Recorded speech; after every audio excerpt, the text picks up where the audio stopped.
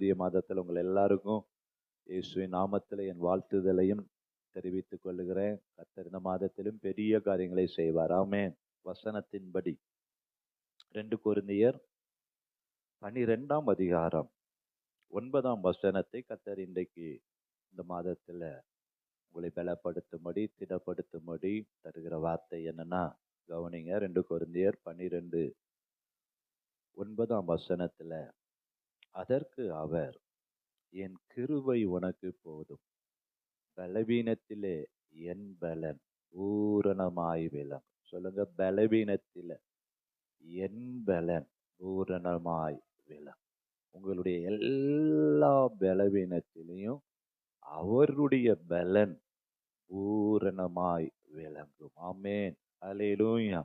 அது எந்த பலவீனமா இருந்தாலும் சரி, வியாதி என்கிற பலவீனமா இருக்கலாம், வருமானத்துல ஒரு குறை என்கிற பலவீனமா இருக்கலாம், ஆவிக்குரிய ஜீவித்துல எதிர்பார்க்கிற ஒரு வெற்றி என்கிற அதற்கு தடையா இருக்கிற பலவீனமா இருக்கலாம், உங்களுடைய வாழ்க்கையில எதிர்பார்த்த முடிவுகளை பெற்றுக்கொள்ள முடியாமல் இருக்கிற தடை என்கிற பலவீனமா இருக்கலாம்.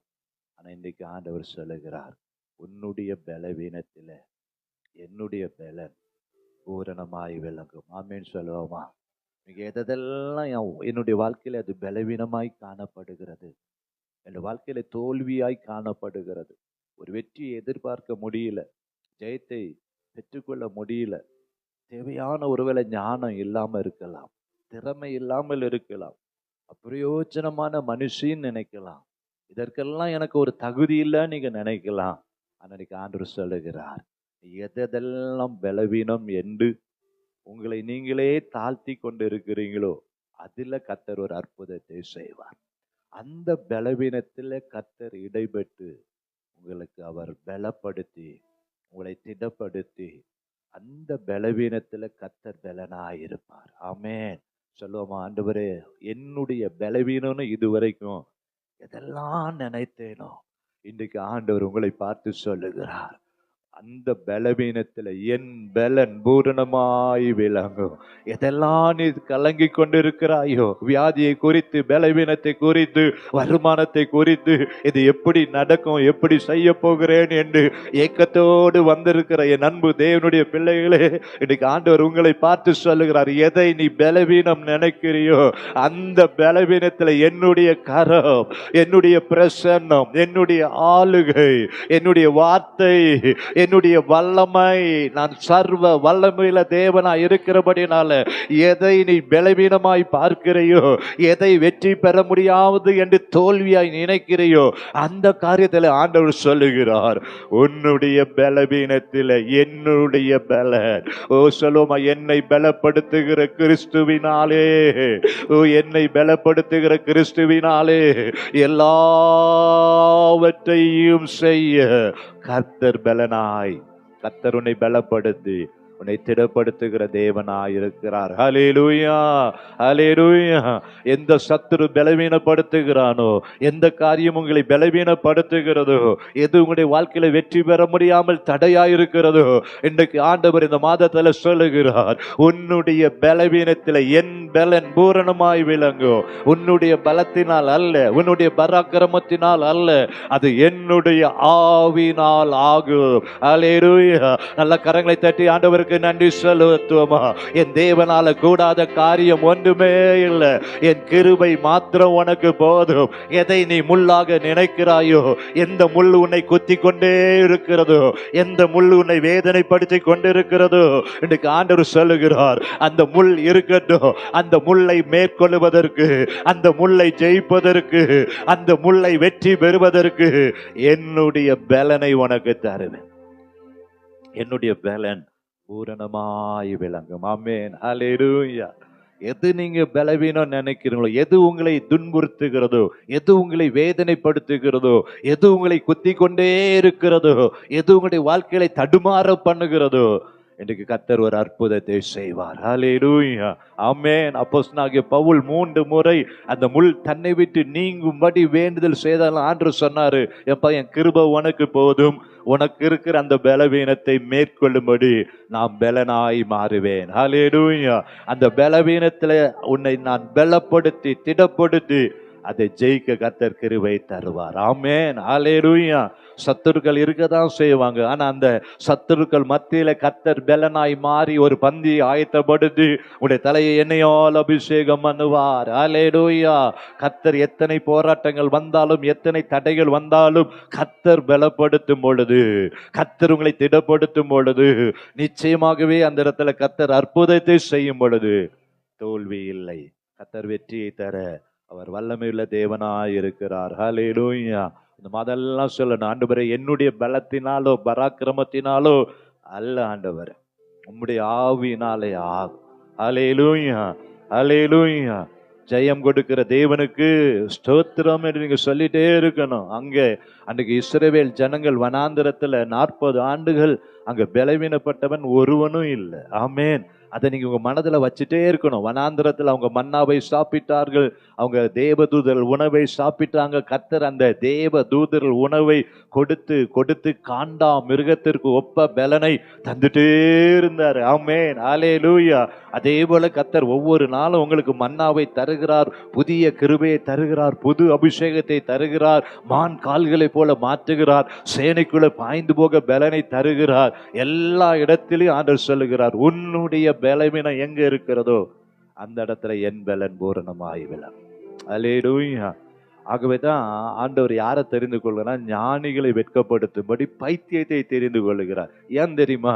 அந்த பைத்தியம் பலவீனமா இருக்கிற அந்த இடத்துல கர்த்தர் அவனை பலவானாய் மாற்றி அற்புதத்தை செய்து அவருடைய நாமத்தை மகிமைப்படுத்துகிறார். ஆகவேதான் ஞானிகளை வெட்கப்படுத்தும்படி பைத்தியங்களை தெரிந்து கொள்கிறார். ஹல்லேலூயா.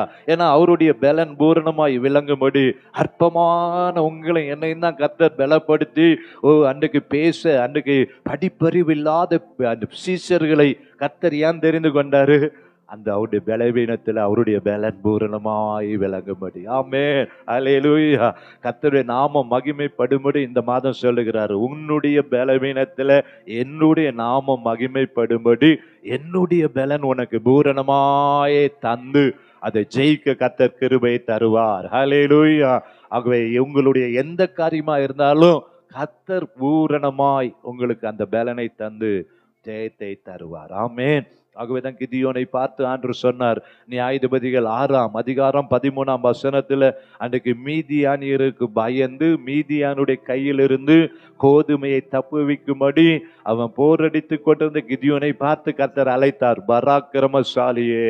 ஆமென், பராக்கிரமசாலியே, கர்த்தர் உன்னோடே இருக்கிறார் என்றார். ஆமென், ஹல்லேலூயா. ஆண்டவர் சொல்றாரு, பலவீனனும் தன்னை பலவான் என்று சொல்வானாக.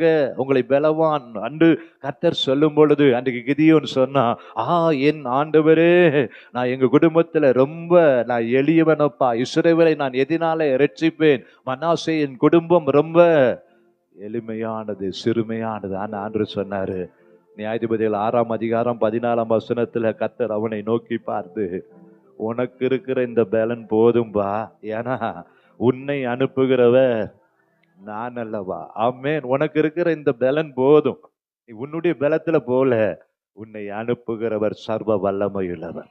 யூதா கோத்திரத்து ராஜா, அவர் சேனைகளின் கர்த்தர், யுத்தத்துல பராக்கிரமம் உள்ளவர். உன்னை அனுப்புகிறவர் யாரு? நான் அல்லவா. மாத்திரமல்ல 16ஆம் வசனத்துல நம்ம வாசித்து பார்த்தோமே என்றால் அங்க என்ன சொல்லுகிறார்? நான் உன் கூடவே இருப்பேன். ஆமென். அனுப்பிட்டு அவர் அப்படியே இருக்க போறது இல்லை. உன்னை அனுப்புகிறது மாத்திரமல்ல, நான் உன் கூடவே இருப்பேன். ஒரே மனுஷனை முறியடிப்பது போல நீ மீதியானியர முறியடிப்பாய். ஆமென், ஹல்லேலூயா. கர்த்தனும் பட்சத்துல இருக்கும் பொழுது உங்களுக்கு விரோதமா இருப்பவன், பவுல் சொல்கிறார், கர்த்தர் உங்கள் பட்சத்துல இருக்கும் பொழுது உனக்கு விரோதமா இருப்பவன் யார்? ஆமென். நம்முடைய மைண்ட் செட்டப் எல்லாம் கர்த்தர் பெரியவர் என் கூட இருக்கிறார், என்னை பலப்படுத்துகிற ஒருத்தர் இருக்கிறார், அவர்தான் என்னை அனுப்புகிறார், என்னை அழைத்தவர், தெரிந்து கொண்டவர், வேறு பிரித்தவர், உன்னை அனுப்புகிறவர் நான் அல்லவா. உனக்கு இருக்கிற இந்த பலத்தோட போ. ஆமென், ஹல்லேலூயா. அடிமைகளாய் இருந்த, எகிப்தில அடிமைகளாய் இருந்த அவங்க ஒன்றும் தெரியாத அந்த ஜனங்களை கர்த்தர் பலப்படுத்தி அவங்களை எல்லா இடத்துலையும் வெற்றியை கொடுத்தாரு இல்லையா? அதே தேவன் கர்த்தர் உங்கள் பட்சத்துல இருக்கும் பொழுது அவருடைய பலன் உங்களுக்குள்ள இருக்கு. ஆமீன் சொல்லுமா? கர்த்தருடைய வல்லமை எனக்குள்ள இருக்கு, அவருடைய பலன் எனக்கு இருக்கு.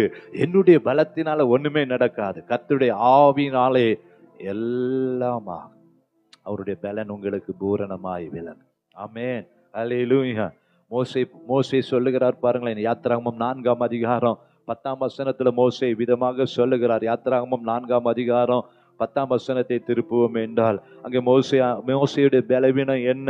அப்பொழுது மோசே கர்த்தரை நோக்கி, அப்பா ஆண்டவரே, இதற்கு முன்னாவது தேவரீர் அடியனோடு பேசினதற்கு பின்னாவது நான் வாக்கு வல்லவன் அல்ல, நான் திக்கின் வாயும் மந்த நாவும் உள்ளவன். மோசேயுடைய பலவீனம் என்ன? நான் வாக்கு வல்லவன் அல்ல, எனக்கு பேச தெரியாது, திக்கு வாயு பேபேன்னு பேசுற ஒரு மந்த நாவை எனக்கு கொடுத்திருக்கிறீங்கப்பா, வேற யாரையாவது அனுப்புங்க. ஆண்டவர் அடுத்த வசனத்துல சொல்லுகிறாரு, கர்த்தர் அவனை நோக்கி, மனுஷனுக்கு வாயை உண்டாக்கினவர் யாருப்பா? தாயின் கருவிலே உன்னை கண்டது நான், உருவாக்கினது நான், உன் வாயை படைத்தது நான் மாத்திரமல்ல, ஊமையனையும் செவிடனையும் பார்வையுடனையும் குருடனையும் உண்டாக்கினவர் யார்? கர்த்தராகிய நான் அல்லவா? ஆதலால் நீ போ, உன் வாயோடே இருந்து நீ பேச வேண்டியதை உனக்கு. ஆமென். மோசேயுடைய பலவீனம் என்ன? வாக்கு வல்லவன் அல்ல, பேச்சு திறமை அற்றவன், அவரு ஃப்ளோ இல்ல, மந்த நாவு உள்ளவன், என்ன பேசுறதுன்னு தெரியல. ஆண்டு சொன்னாரு, உனக்கு நாவை உண்டாக்குனது யாரு? உன் வாயை படைத்தது யாரு? மாத்திரமல்ல, நான் உன் வாயோடு கூட நான் இருப்பேன். ஆமென். நீ என்ன பேசணும் என்கிறத நான் உனக்கு போதிப்பேன், பயப்படாதீங்க. அன்றைக்கு ஸ்தேவானை ஒருவனாலும் எதிர்த்து நிற்க முடியல. அல்லேலூயா. அப்படிப்பட்ட ஒரு வல்லமை கர்த்தர் கொடுத்தார். கல்வி மானின் நாவை கர்த்தர் உங்களுக்கு தருவார். அல்லேலூயா. நீங்க ஆண்டவரிடத்துல கேட்கும் பொழுது ஒருவனுக்கும் இல்லைன்னு அவர் சொல்லுகிறது இல்லை. ஆமென். அல்லேலூயா. அப்ப இந்த மாதத்துல நீங்க எதெல்லாம் பலவீனம், எதெல்லாம் எனக்கு பேச தெரியல, எனக்கு மற்றவங்களை மாதிரி ஐஸ் வச்சு காக்கா வச்சுலாம் காக்கா பிடிச்சலாம் ஜெயிக்க தெரியல நினைக்கிறீங்களா? கர்த்தர் உங்களுக்கு ஞானத்தை தர போறார். ஆமென். நிறைய பேர் தன்னுடைய பேச்சு சாதுரியத்துல வென்றுட்டே இருப்பாங்க. ஆனா நமக்கு அப்படி பதில் பேச முடியாம இருக்கலாம், அவங்களுடைய பேச்சுக்கு பதில் சொல்ல முடியாம இருக்கலாம். ஆனா இன்றைக்கு கர்த்தர் சொல்லுகிறார், நான் வாயோட இருப்பேன். உன்னை எதிர்த்து நிற்க ஒருவனாலும் முடியாத அளவுக்கு அந்த பலவீனத்தில் அவருடைய பலன் பூரணமாய் விளங்கும். ஹல்லேலூயா. கல்வி மானின் நாவை தருவார். அன்றைக்கு கிதியோனுடைய பலவீனம், ஆண்டவரே என் குடும்பம் எளியது, மனாசேல் நான் சிறியவன் என்று சொன்னான். இல்ல, உன்னை பராக்கிரமசாலியாய் மாற்றி இருக்கிறேன், உன்னை அனுப்புகிறது நான், உன் கூடவே இருப்பேன்னு சொன்னவர் இந்த மாதத்தில் ஆண்டவர் சொல்லுகிறாரு, எந்த மனுஷன் உங்களை பயமுறுத்துகிறானோ வார்த்தையினால, அந்த வார்த்தையை மேற்கொள்வதற்கு கர்த்தர் உங்கள் வாயோடு இருப்பார். கர்த்தர் உங்களுக்கு போதிப்பார். நான் உனக்கு போதித்து நீ நடக்க வேண்டிய வழியை காட்டுவேன், உன்மேல் என் கண்ணை வைத்து உனக்கு ஆலோசனை சொல்லுவேன். ஆமென். அன்றைக்கு மரியாளுடைய பலவீனம் என்ன? ஓ, மரியாளை பார்த்து ஆண்டவர் சொன்னார், நீ பாக்கியவதிமா, ஓ உன்னுடைய வயிற்றுல ஒரு குழந்தை தரப்போறேன், அவருக்கு இயேசு என்று பெயரிடுவாயாக என்று சொன்ன பொழுது அவ என்ன சொன்னா? 1:34 லூக்கா 1:34 வாசிக்கலாமா? லூக்கா 1ஆம் அதிகாரம் 34ஆம் வசனத்தை வாசிக்கலாம். லூக்கா 1:34. அதற்கு மரியாள் தேவ தூதனை நோக்கி, இது எப்படி ஆகும்? இந்த மாதத்துல உங்களுக்கு நிறைய கேள்வி இருக்கலாம், இது எப்படி நடக்கும்? நான் சொல்ற வார்த்தை நான் சொல்லல, வேத வசனத்தை சொல்லிட்டு இருக்கிறேன். இதெல்லாம் நடக்குமா அப்படி நீங்க ஒரு எண்ணம் இருக்கலாம். அதே போலதான் மரியாள் சொன்னா, இது எப்படி சாத்தியம், இது எப்படி நடக்கும்? என் வாழ்க்கையில இன்னும் திருமணமே ஆகல, புருஷனை அறியேனே அப்படின்னு சொன்ன பொழுது தேவ தூதன் அவளுக்கு பிரதியுத்தமாக, பரிசுத்த ஆவியானவர் உன்மேல வருவார், நிழலிடுவார், பரிசுத்த ஆவி உன்மேல் வரும், உன்னதமானவருடைய பலன் உன்மேல் நிழலிடும், ஆதலால் உன்னிடத்துல பிறக்கும் பரிசுத்தம் உள்ளது தேவனுடைய குமாரன். ஆமென். ஹல்லேலூயா. அப்போஸ்தலர் 1:8 சொல்லுகிறது, உன்னதத்தில் இருக்கிற வருகிற பலன். ஆமென். அந்த உன்னதத்திலிருந்து அந்த பலன் வரும் பொழுது யூதேயாவிலும் சமாரியாவிலும் எருசலேமிலும் உலகத்தின் கடைசி பரியந்தமும் கர்த்தர் உங்களை சாட்சியாக வைப்பார். ஆமென். ஹல்லேலூயா. அப்போஸ்தலர் 1:8 ஆவியானவர் அசைவாட ஆவியானவர்களை நிரப்ப நிரப்ப நிரப்ப உள்ளான மனிதன்ல ஒரு பலன். ஆமென். ஹல்லேலூயா. அன்றைக்கு கிதியோன் சிம்சோன் மேல ஆவியானவர் அசைவாடும் பொழுது, சிம்சோனுக்குள்ள ஆவியானவர் வந்துட்டார்னா அவனை கட்டுப்படுத்தவே முடியாது. ஆமென். ஒரு கழுதையின் தாடை எலும்பை எடுத்து 1000 பேரை கொண்டு போட்டுட்டான். ஒருவன் 1000 பேரை துரத்துவான், 2 பேர் ஒருமனப்பட்டா அவன் அதுக்கு அந்த வசனத்துக்கு சாட்சியா ஒருத்தன் என்ன பண்ணினா 1000 பேரை கொண்டு போட்டுட்டான். ஒரு கழுதையின் தாடை எலும்பை எடுத்து 1000 பேரை கொண்டுட்டான். ஆமென். காரணம் என்ன? ஆவியானவர் பலமாய் சிம்சோன் மேல அசைவாடினார். பலமாய் இறங்கி வந்தார். ஆமென். எந்த கயிறுனாலும் அவனை கட்ட முடியாது. ஆமென். எந்த வாசல்களும் அடைக்க முடியாது. பேத்து எடுத்து அப்படிப்பட்ட வல்லமை, அந்த வல்லமை கர்த்தர் உங்களுக்கு தருவார். ஆமென். அல்லேலூயா. பெரிய பர்வதமா இருக்கலாம். செருபாபேலுக்கு முன்பதாக அது எம்மாத்திரம், அது சமபூமியாய் மாறும். எவ்வளவு பெரிய பிரச்சனையா இருந்தாலும், எவ்வளவு பெரிய பர்வதமா இருந்தாலும், செருபாபேலின் கையில் இருக்கிற தூக்கு நூலை கர்த்தர் பார்க்கிறார். அல்லேலூயா. அந்த தூக்கு நூல் என்ன? விசுவாசம் என்கிற தூக்கு நூல்.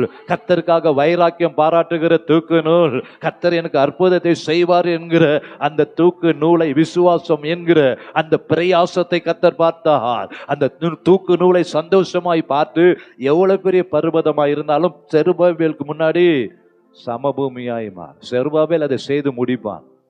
கர்த்தர் தருகிற வார்த்தை அதுதான்.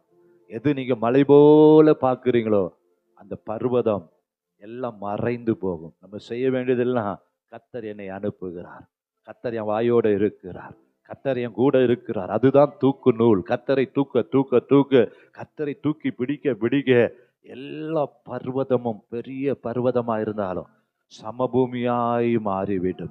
ஏன்னா 1:37, லூக்கா 1:37 சொல்கிற, தேவனால கூடாத காரியம் ஒன்றுமே இல்லை. ஆமென். உங்களுடைய பலவீனத்துல அவருடைய பலன் பூரணமாய் விளங்கும். ஆமென். அல்லேலூயா. ஆபிரகாமை குறித்து ஆபிரகாம்கிட்ட ஆண்டவர் சொன்னாரு. ஆபிரகாமிடத்துல ஆதியாகமம் 17ஆம் அதிகாரம் 5ஆம் வசனத்திலிருந்து 17ஆம் வசனம் வரைக்கும் ஆபிரகாமை பார்த்து ஆண்டவர் பேசுறார். எப்ப அவன் பேருமா ஆபிராம் இல்ல, ஆபிரகாம். ஏன்னா உன்னை திரளான ஜாதிகளுக்கு தகப்பனாக ஏற்படுத்தினபடியால் உன் பேர் ஆபிரகாம். உன்னை மிகவும் அதிகமாய் பலுக பண்ணி உன்னிலே ஜாதிகளை உண்டாக்குவேன், உன்னிடத்திலிருந்து ராஜாக்கள் தோன்றுவார்கள். 16ஆம் வசனத்துல, நான் உன் மனைவி சாராளையும் ஆசீர்வதித்து அவளாலே உனக்கு ஒரு குமாரனை தருவேன். அவள் ஜாதிகளுக்கு தாயாகவும் அவளை ஜாதிகளின் ராஜாக்கள் உண்டாகவும் அவளை ஆசீர்வதிப்பேன். விசுவாசிகளின் விசுவாச தகப்பன்னு சொல்றோம். 17ஆம் வசனம் கவனிங்க. 17ஆம் வசனத்துல ஆபிரகாம் என்ன பண்ணாராம்? அப்பொழுது ஆபிரகாம் முகங்குப்புற விழுந்து நகைத்து, ஆபிரகாமுடைய பலவீனம் என்ன? 100 வயதானவனுக்கு பிள்ளை பிறக்குமோ, 90 வயதான சாரால் பிள்ளை பெறுவாளோ என்று நகைத்தான். ஆண்டவர் சொன்ன வார்த்தையை நம்பாம ஆபிரகாம் என்ன பண்றாரு? நகைத்தான் என்று வேதம் சொல்லுகிறது. ஆமென். இன்னைக்கு ஒருவேளை கர்த்தருடைய பலிபீடத்திலிருந்து வருகிற வார்த்தையை நம்ப முடியாம இருக்கலாம். அது உங்களுடைய பலவீனமா இருக்கலாம். ஆமென். அந்த பலவீனத்தை கர்த்தர் மாற்ற வல்லமை உள்ளவராயிருக்கிறார். வசனத்தை நம்ப முடியாமல், வார்த்தையை நம்ப முடியாமல் எதிர்க்கிற, எதிர்மறையாய் சிந்திக்கிற அந்த பலவீனத்தை கர்த்தர் இந்த மாதத்துல உடைப்பார். அல்லேலூயா. வார்த்தைகள், வசனத்தினாலே கர்த்தர் அந்த வார்த்தையை உறுதிப்படுத்த வல்லமையுள்ள தேவனாய் இருக்கிறார். ஆமென். அப்படிதான் கர்த்தர் சொன்னவுடனே ஆபிரகாம் முகங்குப்புற விழுந்து சிரிக்கிறார். என்னையா ஆண்டவர் அது வாட்டுக்கு சொல்லிட்டே இருக்கிறாரு, எனக்கு வயசு 100 ஆயிட்டு, என் மனைவிக்கு 90 வயசு ஆயிட்டுன்னு ஆண்டவர் சொன்ன வார்த்தையை நம்ப முடியாம நகைத்து கொண்டு இருந்தான். ஆனா ஆண்டவர் சொன்னாரு 18ஆம் வசனத்துல, 19ஆம் வசனத்துல, அப்பொழுது தேவன் உன் மனைவியாகிய சாரால் நிச்சயமாய் உனக்கு குமாரனை பெறுவாள். அவனுக்கு பேரை கொடுத்துட்டார். ஈசாக்கு என்று பெயரிடுவாயாக. என் உடன்படிக்கை அவனுக்கும் அவனுக்கு பின்வரும் அவன் சந்ததிக்கும் நித்திய உடன்படிக்கையாக ஸ்தாபிப்பேன். ஆமென். ஒருவேளை இன்னைக்கு நீங்க நம்ப முடியாம ஆபிரகாமை போல சந்தேகத்தோடு உட்கார்ந்து இருக்கலாம். ஆண்டவர் சொல்லுகிறாரு, நிச்சயமா உன்னுடைய பலவீனத்துல என் பலன் பூரணமாய் விளங்கும். சொன்னதை செய்கிற தேவன், வாக்குத்தத்தத்துல உண்மையுள்ள தேவனாய் இருக்கிறார். ஆமென். அல்லேலூயா. எலியாவை குறித்து 1 ராஜாக்கள் 19:4ஆம் வசனத்துல வாசித்து பார்த்தோம் என்றால், 1 ராஜாக்கள் 19:4 எலியாவுடைய பலவீனம் என்ன? 1 ராஜாக்கள் 19:4ஆம் வசனத்தில் வாசிக்கலாம். பிரயாணம் போய் ஒரு சூரை செடியின் கீழ் உட்கார்ந்து தான் சாக வேண்டும் என்று சொல்லி, போதும் கர்த்தாவே, என் ஆத்துமாக்களை எடுத்துக்கொள்ளும் என்றான். ஆமென். கர்த்தருக்காக வல்லமையாய் எழும்பி கர்த்தரே தேவன் நிரூபித்து அங்க இருக்கிற 850 பாகால் தீர்க்க தரிசையிலையும் கொண்டு போட்ட எலியா ஒரு எசபேல் சொன்ன வார்த்தை நிமித்தமா அப்படி இருந்தவன் புஷ்ஷுன்னு ஆயிட்டான். எப்படி இருந்தனா எப்படி ஆயிட்டேங்கிற மாதிரி அப்படி வல்லமையாய் நின்ற எலியா காத்து போன பலூன் மாதிரி, அப்பா போதும் போதும், இந்த எசபேல்னால நான் சாக விரும்பல, நீரே என் ஆத்துமாவை எடுத்துக்கொள்ளும் என்று ஒரு சூறைச்செடியின் போய் கீழே போய் என்ன பண்ணிட்டான், படுத்து கொண்டான். ஆண்டவர் சொன்னாரு, அவனை தட்டி எழுப்பினார். எலியாவே, அவனை தட்டி எழுப்பி, நீ எழுந்திருப்பா, நீ போஜனம் பண்ணு, நீ போக வேண்டிய தூரம் இன்னும் வெகு தூரமாயிருக்கு. ஆமென். இன்னைக்கு நிறைய பேரு நிறைய நேரம் நம்ம சொல்றோம், உலகத்துல இருந்து என்ன பயன், இந்த உலகத்துல வாழ்ந்து ஒரு நிம்மதி இல்லை, சந்தோஷம் இல்லை, போதுங்க அத்தாவே என்னை எடுத்துக்கொள்ளும் கூட நீங்க சொல்லி இருக்கலாம். ஆண்டவர் சொல்லுறாரு, இல்ல, அந்த பலவீனத்துல என் பலன் பூரணமாய் விளங்கும். ஆமென். உங்களை அழைத்த தேவன் எதற்காக அழைத்தாரோ, எந்த காரியத்திற்காக இந்த இடத்துல கொண்டு வந்தாரோ, எதற்காக உங்களை ரட்சித்தாரோ, எதற்காக உங்கள் மேல ஒரு அபிஷேகத்தை வைத்தாரோ, அதை நிறைவேற்றுகிற வரைக்கும் ஒருவேளை நீங்க விரும்பினாலும் கர்த்தர் சொல்லுவார், அந்த பலவீனத்துல என் பலன் பூரணமாய் விளங்கும். நீ எழுந்திரு, எலும்பு எலும்பு சீயோனே, நான் உனக்கு வல்லமே தருகிறேன். இந்த மாத்துல ஆண்டவர் தருகிற வார்த்தை என்ன தெரியுமா? நீ எலும்பு, நீ எலும்பு எலும்பு சீயோனே, உன் வல்லமையை தரித்துக்கொள், உன் அலங்கார வஸ்திரங்களை உடுத்திக்கொள். ஆமென். அல்லேலூயா. கர்த்தர் இந்த மாதத்துல அவர் பலத்தை தரும் பொழுது, பலவீனத்துல அவருடைய பலன் பூரணமாய் விளங்கும் பொழுது, நீங்க கர்த்தருக்காக எழும்பணும். அவர் கொடுக்கிற அலங்காரமான வஸ்திரம், ரட்சிப்பின் வஸ்திரம் எல்லாவற்றையும் முடித்து கொண்டு கர்த்தருக்காக சாட்சியாய் கர்த்தர் நிறுத்த வைப்பார். ஆமென். எலியா போதும் என்று சொன்னாலும் எலியாவை கொண்டு கர்த்தர் எழுதி வைத்திருந்த திட்டங்கள் உண்டு, எலியாவை குறித்த தரிசனங்கள் உண்டு. எலியாவுக்கு அழைக்கப்பட்ட அந்த அழைப்புல குறித்த காலத்துல அவனை கொண்டு செய்ய வைத்த திட்டங்கள் ஒருபோது அது மாறவே மாறாது. ஒருவேளை எலியாவை போல நீங்க போதும்னு சொல்லலாம். ஆண்டவர் இன்றைக்கு எப்படி எலியாவை தட்டி எழுப்பி, நீ போக வேண்டிய பிரயாணம் பண்ண வேண்டிய தூரம் வெகு தூரம், இன்னும் 2 ராஜாக்களை நீ அபிஷேகம் பண்ணணும், உன் ஸ்தானத்துல ஒரு எலிசாவை எழுப்பணும், உனக்கு மரணமே கிடையாது, அக்கினி ரதத்துல கர்த்தர் வைத்திருக்கிறார். ஆமென். உன் நினைவு அவர் நினைவு அல்ல, நீ மரித்து போய்விடலாம் போதுன்னு சொல்லலாம். ஆண்டு சொல்ல, உனக்கு மரணமே இல்லை, அக்கினி ரதத்துல உன்னை நான் தூக்கிட்டு போறேன் என்று கர்த்தர் அக்கினி ரதத்துல எலியாவை கர்த்தர் கொண்டு போனார். ஹல்லேலூயா. ஆகவேதான் வேதம் சொல்ல, உன் நினைவுகள் என் நினைவுகள் அல்ல, உன் வழிகள் என் வழிகளும் அல்ல. பூமிக்கு வானம் எவ்வளவு உயரமோ அவ்வளவு பெரிய திட்டங்களை கர்த்தர் உங்களுக்குள்ள வைத்திருக்கிறார். ஏனென்றால் பலவீனத்தில் அவருடைய பலன் பூரணமாய் விளங்கும். ஹல்லேலூயா. சரீரம் பலவீனப்படுத்தலாம், சிந்தை பலவீனப்படுத்தலாம், ஓட்டத்தை தடுக்கிற அநேக தெளிலாட்கள் வரலாம். எது வந்தாலும் கர்த்தர் சொல்லுகிறாரு, உன்னுடைய பலவீனத்தில் என்னுடைய பலன் பூரணமாய் விளங்கும். ஹல்லேலூயா. ஆமென்.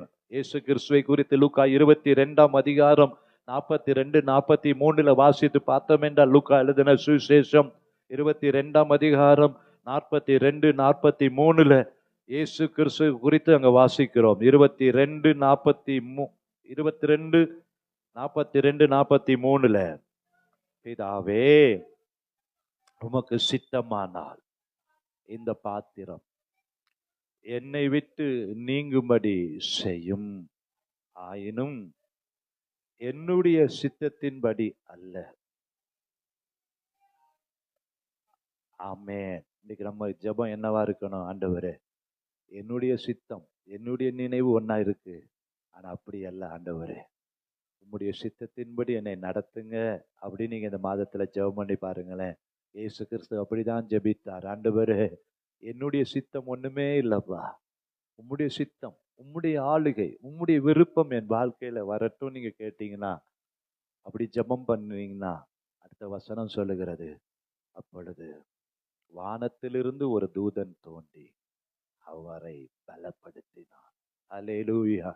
இயேசு கிறிஸ்துவை வானத்திலிருந்து ஒரு தூதன் தோன்றி பலப்படுத்தினது போல என்னுடைய சித்தம் அல்ல, என் நினைவு அல்ல, உம்முடைய நினைவு, உம்முடைய விருப்பம், உம்முடைய சித்தம் என் வாழ்க்கையில நிறைவேறட்டும்னு ஜெபம் பண்ணி பாருங்க. கர்த்தர் ஒரு தூதனை அனுப்பி, அவருடைய பிரசன்னத்தை அனுப்பி, நீ வருகிற நாட்களில பலங்கொண்டு திடமனதாயிரு, நீ எழும்பி காரியத்தை நடத்து, உத்தமனுக்கு கர்த்தர் துணை என்ற வார்த்தையின்படியே நீங்க எழும்பி காரியத்தை நடத்தும்படி கர்த்தர் பலத்தின் மேல் பலனை தருவார். அல்லேலூயா. உன்னுடைய பலவீனத்திலெல்லாம் அவருடைய பலன் பூரணமாய் விளங்கும். நீங்க ஜெபிக்கும் பொழுதே அவருடைய பிரசன்னத்தை தந்து பலப்படுத்துவார். அவரை நோக்கி கூப்பிடும் பொழுது ஒரு தேவ தூதனை அனுப்பி பலப்படுத்தினது போல இந்த மாதமெல்லாம் உங்களுடைய பலவீனத்தில் அவருடைய பலன் பூரணமாய் விளங்கும். நம்ம எளிமை நிற்போமா? என் கிருபை உனக்கு போதும், பலவீனத்தில் என் பலன் பூரணமாய் விளங்கும். அப்படி சொன்ன உடனே பவுல் சொல்லுகிறார், என்ன சொல்லுகிறார்? அந்த பலவீனத்தை குறித்து நான் மிகவும் சந்தோஷமாய் மேன்மை பாராட்டுவேன். ஏன்னா நம்முடைய பலவீனத்துல நமக்கு பலன் தருகிற ஒருத்தர் இருக்கிறார். ஆமென். உதாரணமா இப்படி சொல்லலாம், உடைய பண தேவைகள் மத்தியில, எத்தனையோ தேவைகள் மத்தியில கொடுக்கிற ஒருத்தர் இருக்கும்பொழுது நீங்க கவலைப்படவே மாட்டீங்க இல்லையா? அதே போலதான் உங்களுடைய வாழ்க்கையில என்ன தேவையா இருந்தாலும், என்ன குறைவா இருந்தாலும் ஆண்டு சொல்கிறாரு, அந்த பலவீனத்துல எல்லாம் நான் உங்க கூட இருக்கிறேன், பலன் தருகிறேன்னு சொன்ன உடனே சந்தோஷமா மேன்மை பாராட்டுறாரு. என்ன? பொறுப்பை கர்த்தர் எடுத்துட்டாரு. பொறுப்பை கர்த்தர் அவர் கரத்துல எடுத்து இருக்கிறார். உனக்கு எது பலவீனம் நினைக்கிறியோ அந்த பலவீனத்துல நான் பலனா இருக்கிறேன்னு சொன்ன உடனே நமக்கு எவ்வளவு பெரிய சந்தோஷம் இல்லையா? ஆமென்.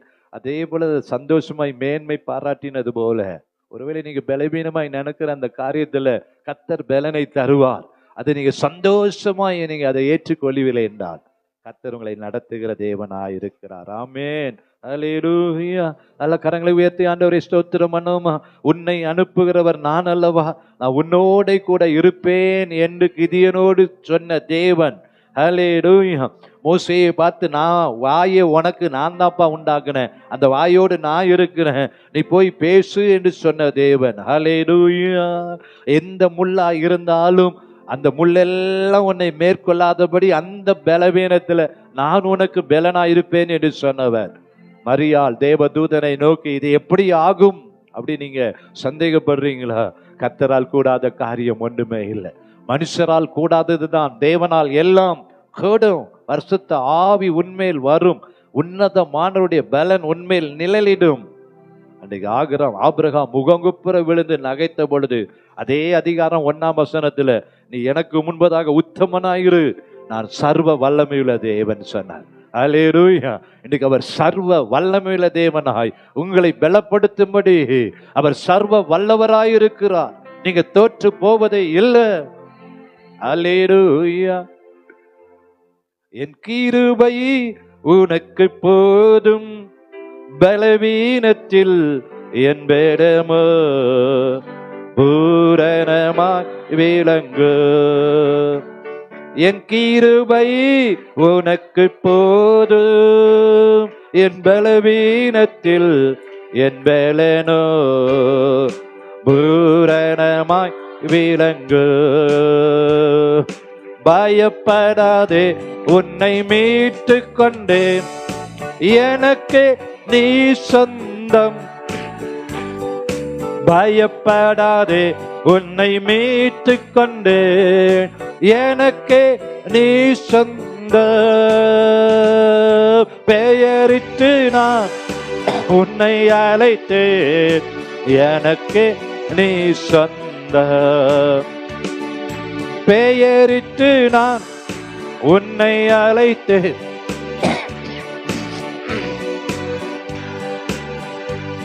என் கிருபை உனக்கு போதும். உலகத்திலே துயரம் உண்டு, திடன் கொள் என் மகனே. உலகத்திலே துயரம் உண்டு, திடன் கொள் என் மகனே. கல்வாரி சிலுவையினால் உலகத்தை நான் ஜெயித்து. ஆமென் சொல்லுங்க. கல்வாரி சிலுவையினால் உலகத்தை நான் ஜெயித்தே. என் கிருபை உனக்கு போதும், உனக்கெதிரான வாய்க்காதே போகும். எனக்கு எதிரான சொல்லுவோமா? எனக்கு எதிரான ஆயுதங்கள் வாய்க்காதே போகும். இருக்கின்ற பலத்தோடு தொடர்ந்து போராடு. உனக்கு இருக்கிற பலத்தோடு, இருக்கின்ற பலத்தோடு தொடர்ந்து போராடு. என் கிருபை உனக்கு போதும், பலவீனத்தில் என் பலமோ பூரணமாய் விளங்கு. உன் பலவீனத்தில் என் பலமோ பூரணமாய் விளங்கு. என் கிருபை உனக்கு போதும். நல்ல கரங்களை தட்டி ஆண்டவருக்கு நன்றி சொல்லிடுறோமா? எல்லா பலவீனத்திலும் அவருடைய பலன் பூரணமாய் விளங்கும். அல்லேலூயா.